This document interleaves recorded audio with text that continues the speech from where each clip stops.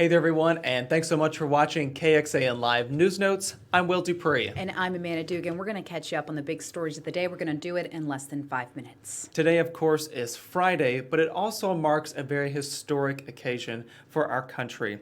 It's 19 years since the 9/11 terror attacks. I cannot believe this was 19 years ago. I still have a very vivid, sharp memory of where I was, what classroom I was in, the teacher I was with, when the news came in that the terror attacks had happened. I think a lot of people probably feel that way too.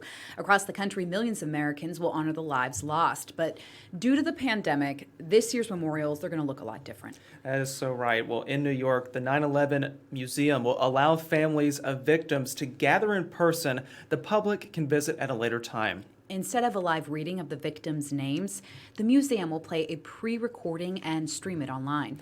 Bells ringing to signify each attack will also take place, complete with a color guard. And a tribute and lights to illuminate where the Twin Towers stood will happen at dusk. The pandemic is forcing the cancellation, though, of 2 ways that Austin remembers 9/11. The annual Mount Bonnell climb and AFD's firefighter climb at the Pleasant Valley Drill Tower. And however, the Austin Fire Department and the Austin Police Department both plan to hold virtual ceremonies and live stream them.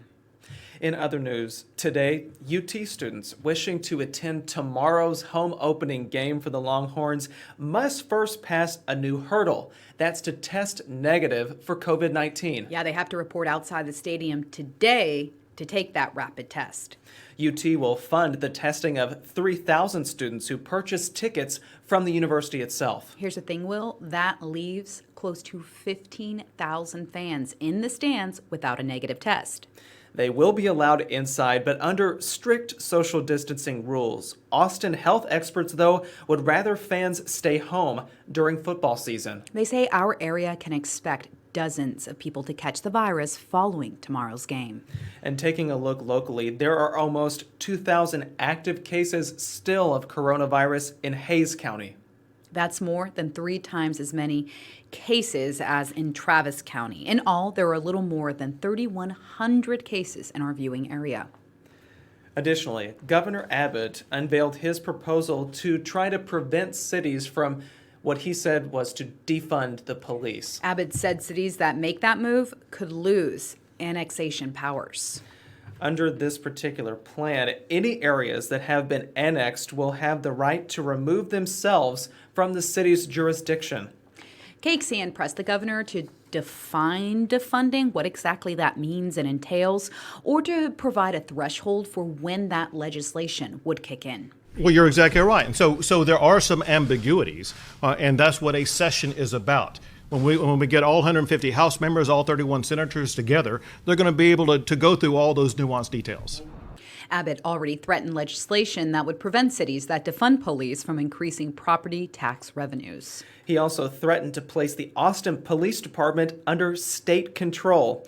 Last month, Austin City Council voted to cut $20 million from the police budget and move $130 million in services away from police oversight. Now, in a statement, Austin Mayor Steve Adler says city leaders have not defunded the police department. He calls the governor's pledge political theater that's intended to scare and distract us from important public safety conversations. Yesterday, we've been tracking this big fire that happened in Williamson County, and today the Texas Commission on Environmental Quality is monitoring the air levels because that chemical plant caught fire. The fire is now under control, but crews are keeping an eye on it to make sure there aren't any flare-ups. 2 plant workers were inside CPI products when the fire broke out yesterday afternoon in Wahlberg. Now, this is near Jarrell and Weir, just north of Georgetown. The Weir fire chief says the workers made it out safely, and investigators are still working to determine what caused that fire. We do want to look ahead to the weekend and kind of figure out what's happening with the weather because it's been up and down this week, and we're looking like some warm temperatures returning now. That's okay. You know, I have to say that yesterday, the cooler temperatures, they were very well welcomed. Yes. I'm hoping they come back very soon. We'll take this too. And, you know, this is still better than triple-digit heat, right? That is for sure. All right, everyone. Thanks so much for watching KXAN Live News Notes. I'm Will DuPree. And I'm Amanda Dugan. Have a great weekend.